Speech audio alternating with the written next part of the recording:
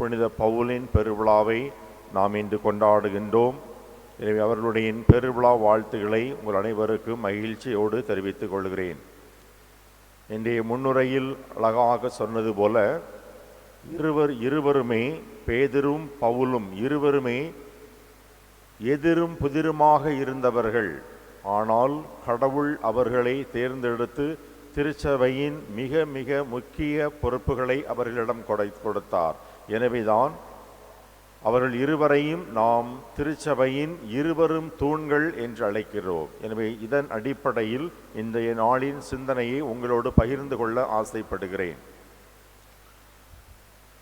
தூண்கள் என்றாலே ஒரு கட்டிடம் அல்லது ஆலயம் போன்ற எந்த ஒரு கட்டிடமாக இருந்தாலும் அதை தாங்கிக் கொள்ள தூண்கள் தேவை. நம்முடைய ஆலயத்தில் பார்த்தோமே என்றால் முன்பக்கம் 2 பெரிய தூண்கள் இருக்கின்றன. அதற்கு இணையாக ஒவ்வொரு இடத்திலும் பில்லர் தூண்கள் இருக்கின்றன. ஆலயத்தின் வெளிப்புற மண்டபத்திலும் தூண்கள் இருக்கின்றன. இது ஆலயத்திற்கு மாத்திரமல்ல, பெரிய பெரிய கட்டிடங்கள் எதுவாக இருந்தாலும் வீடுகளாக இருந்தாலும் இந்த தூண்கள் கண்டிப்பாக தேவை.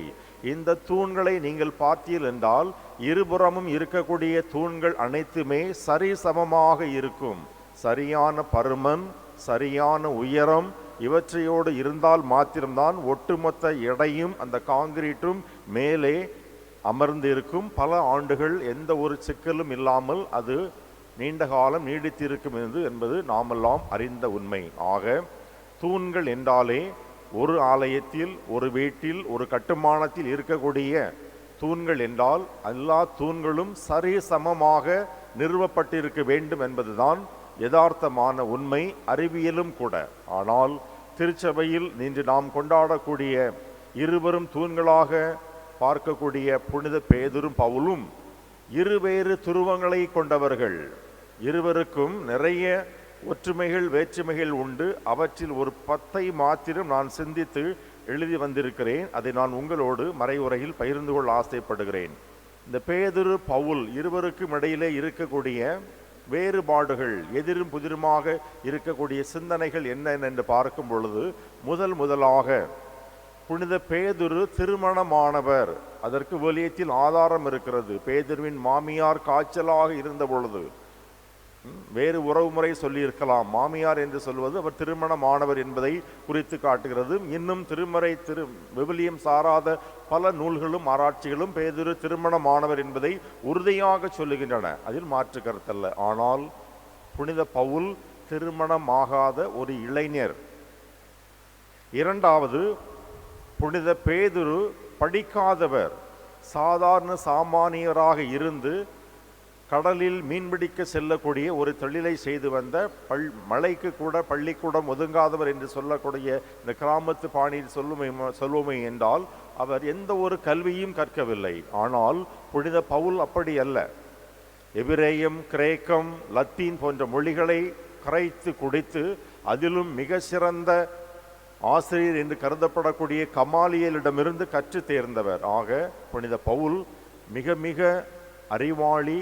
கல்வியின் வழியாக பெற்ற அறிவு அவருக்கு மிக மிக ஆதரவாக பல இடங்களில் இருந்ததை நாம் திருத்தூதர் பணியிலே வாசிக்கின்றோம். மூன்றாவதாக பேதுரு வயதானவர். அவருடைய படங்களை, சுரூபங்களை எல்லாம் நாம் பார்த்தோமே என்றாலும் தாடி வைத்து கொண்டு அவர் ஏற்கனவே திருமணமானவர். அதிலும் வயதானவர் என்பதில் மாற்று கருத்தல்ல. அவரும் தோமா உட்படவர்கள் வயதானவர்கள். ஆனால் பவுல் அடியார் அப்படி அல்ல. அவர் இளம் வயதிலே கல்வியை கற்று தன் மறையின் மீது கொண்டிருந்த அதிகப்படியான ஆர்வத்தினால் இயேசு கிறிஸ்துவை யாரெல்லாம் அறிக்கையிடுகிறார்களோ அவர்களெல்லாம் கொன்றொழிக்க வேண்டும் என்று இளமை துடிப்போடு பல்வேறு இடங்களுக்கு குதிரையின் மீது சவாரி செய்தவர். பேதுருவால் குதிரையின் மீது சவாரி செய்ய முடியாது, வயது மூப்பு. நான்காவது, பேதுரு நேரடியாக கிறிஸ்துவால் அழைக்கப்பட்டவர். என் பின்னே வா என்று சொல்லி பேதுருவையும் அவருடைய சகோதரரான அந்திரேயாவையும் நம் ஆண்டவர் இயேசு கிறிஸ்து நேருக்கு நேராக அழைக்கின்றார். ஆனால் புனித பவுலை பொறுத்த மட்டில் அப்படி அல்ல. தமஸ்கு நகருக்கு செல்லக்கூடிய வகையில் ஆண்டவர் அவருக்கு தோன்றி அவரை அழைத்தார் என்பதை திருத்தூதர் பணியிலே நாம் வாசிக்கின்றோம். இருவரின் அழைப்பும் சற்று வேறுபட்டதாகவே இருக்கும். ஐந்தாவதாக புனித பேதுரு இயேசுவோடு தங்கி அவரோடு உண்டு உறங்கி இயேசுவின் எல்லா சுபாவங்களையும் கண்டவர். ஆனால் புனித பவுல் அப்படி இல்லை, இயேசுவோடு தங்கவில்லை. அவருடைய காலத்தில் புனித பவுல் பிறந்திருந்தார் என்றும் இயேசுவின் கொலைக்கு உடந்தையாக மறைமுகமாக இருந்தார் என்பதையும் நான் பார்க்கிறோம். ஆனால் இயேசு கிறிஸ்துவோடு தங்கி இயேசு கிறிஸ்துவோடு உண்ட எந்த ஒரு அனுபவமும் புனித பவுலடியாருக்கு கிடையாது. ஆறாவது, புனித பேதுரு ஒரு கலிலேயர், ஒரு மீனவர். ஆனால் புனித பவுல் அப்படி அல்ல, அவர் ஒரு யூதர், ரோமை குடிமகன். எனவேதான் தன்னை பிலாத்து விசாரிக்க கூடாது என்று சொல்லி சீசர் தான் என்னை விசாரிக்க வேண்டும் என்றால் ரோமை குடிமகன், ரோமை குடிமகனாகி இவரை கொலை செய்வதற்கு இங்கே இருக்கக்கூடிய எருசலேம் பகுதியில் இருக்கக்கூடிய யாருக்கும் அதிகாரம் கிடையாது. எனவே என்னை விசாரிப்பதற்கு சீசர் தான் வர வேண்டும், நான் அங்கு என்னை அங்கு கொண்டு செல்க என்று சொல்லி சவால் விட்டவர். எனவே இவர் கலிலேயர், அவர் யூதர், ரோமை குடிமகன். அந்த குடியுரிமையை அவர் பிறப்பின் வழியாகவே பெற்றுக்கொண்டார். ஏழாவது, புனித பேதுரு துணிவிலே சற்று குறைவானவர். ஏனென்றால் இயேசு கிறிஸ்துவை உயிருக்கு அஞ்சி மறுதலித்தார் என்று பார்க்கிறோம். அதுபோல இன்னும் ஒரு சில இடங்களில் பார்த்தோம் என்றால் திருத்தூதர் பணியிலே வாசிக்கும் பொழுது பேதுரு புற இனத்து மக்களோடு உணவு உட்கொண்டிருக்கும் பொழுது அப்பொழுதைய திருச்சபையின் தலைவராக இருந்த பெரிய யாகப்பர் வருகிறார் என்று சொன்ன பொழுது உடனே சாப்பாட்டை அப்படியே வைத்துவிட்டு கையை கழுவி விட்டு எழும்பி சென்று விடுவார். காரணம், பெரிய யாகப்பர் என்று சொல்லப்படக்கூடிய சந்தி யாகப்பர் மிகவும் கடினமான ஒரு பெயர்வழி.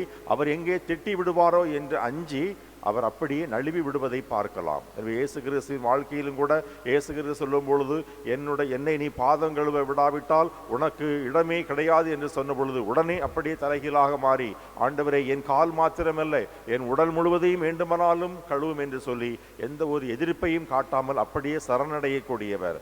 ஆனால் புனித பவுல் அப்படி அல்ல. பவுல் இளமையிலே சட்டங்களையும் கல்வியையும் அவர் தனக்கு உடமையாக கொண்டிருந்தபடினால் சரியான துணிச்சல்வாதியாக இருந்தால் எல்லா இடங்களுக்கும் கிறிஸ்துவை சார்ந்தவர்களை கொண்டு குவிப்பதற்காக குதிரையில் சென்று அவர்களை தரதரவென்று இழுத்து வெளியே கொண்டு வந்து அடித்து துவைத்து துவசம் செய்யக்கூடிய அளவுக்கு துணிவை பெற்றிருந்தார். எட்டாவது, பெந்தகோஸ்தே பெருவிழா அன்று பேதுரு அன்னை மரியாளோடு சேர்ந்து மேல்மாடியில் தங்கியிருந்த பொழுது தூய ஆவியால் ஆட்கொள்ளப்பட்டார். ஆனால் புனித பவுல் அப்படி அல்ல. திருத்தூதர் பணி அதிகாரம் 13:1-3 வரையிலே பார்க்கிறோம். பர்னபா, பவுல் உட்பட திருச்சபையின் இறைவாக்கினர்களும் போதகர்களும் ஒன்றாக கூடியிருந்த பொழுது இவர்கள் இருவரையும் ஆண்டவர் புறவினத்து மக்களுக்கு நற்செய்தி அறிவிக்க தனியாக வைத்திருக்கிறேன் என்று சொன்ன பொழுது திருத்தூதர்கள், இந்த இறைவாக்கினர்களும் சில போதகர்களும் தலைமீது கைகளை வைத்து தூய ஆவியை பெற்றுக்கொள்ளுமாறு மன்றாடி அவர்களை புறவினத்து மக்களுக்கு நற்செய்தி அறிவிக்க அனுப்புகிறார்கள். 9வதாக, புனித பேதுரு திருச்சபையின் தலைவராக நேரடியாகவே இயேசு கிறிஸ்துவால் என்று நற்செய்தி சொன்னது போல வழங்கப்படுகிறார், நியமிக்கப்படுகிறார். ஆனால் புனித பவுல் அப்படியல்ல. கடைசி வரை நான் கிறிஸ்துவின் அடிமை, கிறிஸ்துவின் தொண்டன், பேதுருவின் தொண்டன், திருச்சபையின் நானும் ஒரு அங்கம் என்று சொல்லி கடைசி வரை சாதாரண சாமானிய மகனாக எந்த ஒரு பொறுப்பும் தனக்கு தேவையில்லை என்று சொல்லி தன்னுடைய நற்செய்தி அறிவிப்பதையே தன்னுடைய கடமையாக கொண்டிருந்து செயல்பட்டவர். இறுதியாக பேதுரு வத்திக்கானிலே தலைகீழாக சிலுவையில் அறையப்பட்டு கொல்லப்பட்டவர். ஆனால் புனித பவுல் அப்படி அல்ல. ரோமையில் சிறையில் இருந்து அங்கிருந்து விடுபட்டு ஸ்பெயினுக்கு சென்ற பொழுது அங்கும் நற்செய்தி அறிவித்து அங்கே கொலை செய்யப்பட்டார். சிலுவையில் அறையப்பட்டல்ல, கொலை செய்யப்பட்டார் என்பது வரலாறு நமக்கு தரக்கூடிய உண்மை. ஆக இந்த 10 வேறுபாடுகளையும் நாம் பார்க்கும் பொழுது சில ஒற்றுமை கருத்துகள் நமக்கு இருக்கலாம். நான் இந்த நாளில் எடுத்துக்கொண்டது முழுக்க இவள் இருவரும் இந்த 10 விதங்களிலும் இன்னும் ஒரு சில கருத்துகளும் நாம் எடுக்கலாம். ஒரு ரவுண்டாக 10 எடுத்திருக்கிறேன். இந்த 10 காரியங்களை பார்க்கும் பொழுதும் இந்த இருவரும் எதிரும் புதிருமாக பல வகைகளில் 2 பேருக்கும் எந்த ஒரு ஒற்றுமையும் இல்லாதவாறு அவர்கள் இருந்து செயல்பட்டார்கள். ஆனால் இந்த இருவரும் அவருடைய மைய சிந்தனை அல்லது இருவருடைய லட்சியம் என்னவாக இருந்தாது? வயது மூப்பு, வயது இளமை, படித்தவர், படியாதவர், திருமணம் புரிந்தவர், திருமணம் புரியாதவர் என்று பல வேறுபாடுகள் இருந்தாலும் இருவருக்கும் இருந்த ஒரே நோக்கம் கிறிஸ்துவின் நற்செய்தியை பறைசாற்றுவது, உலகெல்லாம் சென்று படைப்பிற்கெல்லாம் நற்செய்தியை அறிவித்து சான்று பகர்வது.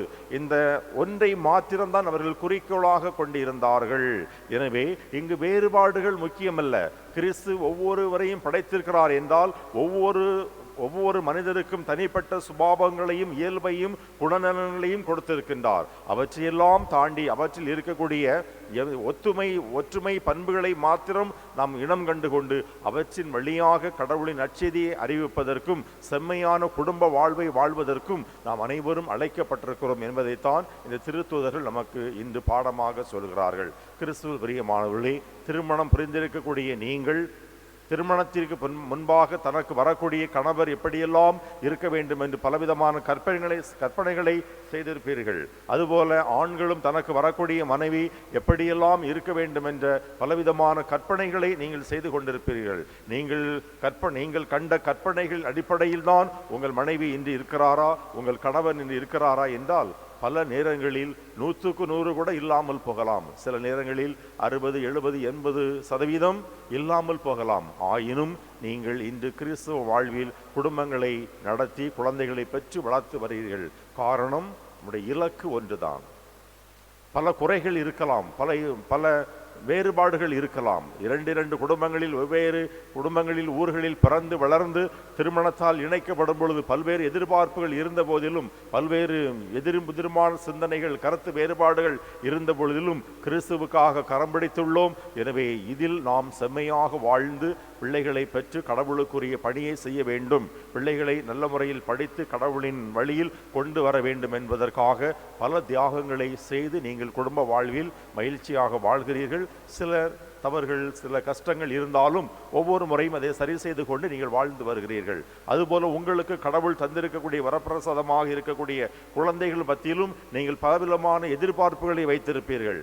ஆனால் சில நேரங்களில் குழந்தைகள் திருமணம் புரியும் பொழுது மனைவியின் பேச்சை கேட்டோ அல்லது கணவனின் பேச்சை கேட்டோ பெற்றோர்களை அவர்கள் மதியாமல் இருக்கலாம். பல குறைபாடுகள் இதில் இருந்தாலும் லட்சியம் ஒன்றாகத்தான் இருக்கிறது. பெற்றோரை மதிக்க வேண்டும், குழந்தைகளை நல்ல முறையில் பெற்றெடுத்து வளர்க்க வேண்டும். கணவன் மனைவி இருவரும் ஒருவரை ஒருவர் புரிந்து கொண்டு கிறிஸ்தவ வாழ்வில் பங்கெடுக்க வேண்டும்.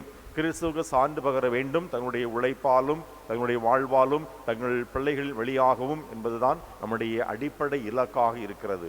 இதில் சில குறைபாடுகள் இருக்கலாம். ஆயினும் இலக்கு ஒன்றுதான் என்பதை நாம் புரிந்து கொண்டு நமக்கு இறைவன் தந்திருக்கக்கூடிய புனித பவுல், திருச்சபையின் தூண்களாக கருதப்படக்கூடிய புனித பவுலும் புனித பேதுரும் எப்படி பல விதங்களில் அவர்கள் பிரிந்திருந்தார்களோ, அப்படி பிரிந்திருந்தாலும் எந்த ஒரு வகையிலும் திருச்சபையை தாங்கள் தாங்கி இருக்கக்கூடிய அந்த தூண்களில் இருந்து எந்த ஒரு முரண்படும் இல்லாமல் திருச்சபை கீழே விழுவதற்கோ அல்லது திருச்சபை என்ற ஒரு மாளிகை கட்டடம் உடைந்து விழுவதற்கோ எந்த வகையிலும் அவர்கள் காரணமாக இல்லாமல் இன்று வரை அவர்கள் ஒரு தூண்களாக இருப்பது போல இங்கே இருக்கக்கூடிய நாம் அனைவருமே நம்முடைய குடும்பத்தின் தூண்களாக, பங்கின் தூண்களாக, அன்பியத்தின் தூண்களாக, நாம் பணியாற்றக்கூடிய இடங்களில் தூண்களாக இருக்க வேண்டும். நிறை குறைகள் இருந்தாலும், கருத்து வேறுபாடுகள் இருந்தாலும் அவற்றையெல்லாம் தாண்டி நாம் புனித பவுல் புனித பேதுருவை போல திருச்சபையின் தூண்களாக அவர் இருவரும் இருப்பது போல நாம் இருக்கக்கூடிய இடங்களில், நம் குடும்பங்களில் தூண்களாக கணவன் மனைவி இருக்க வேண்டும். பணி செய்யக்கூடிய இடங்களில் நாம் தூண்களாக இருக்க வேண்டும்.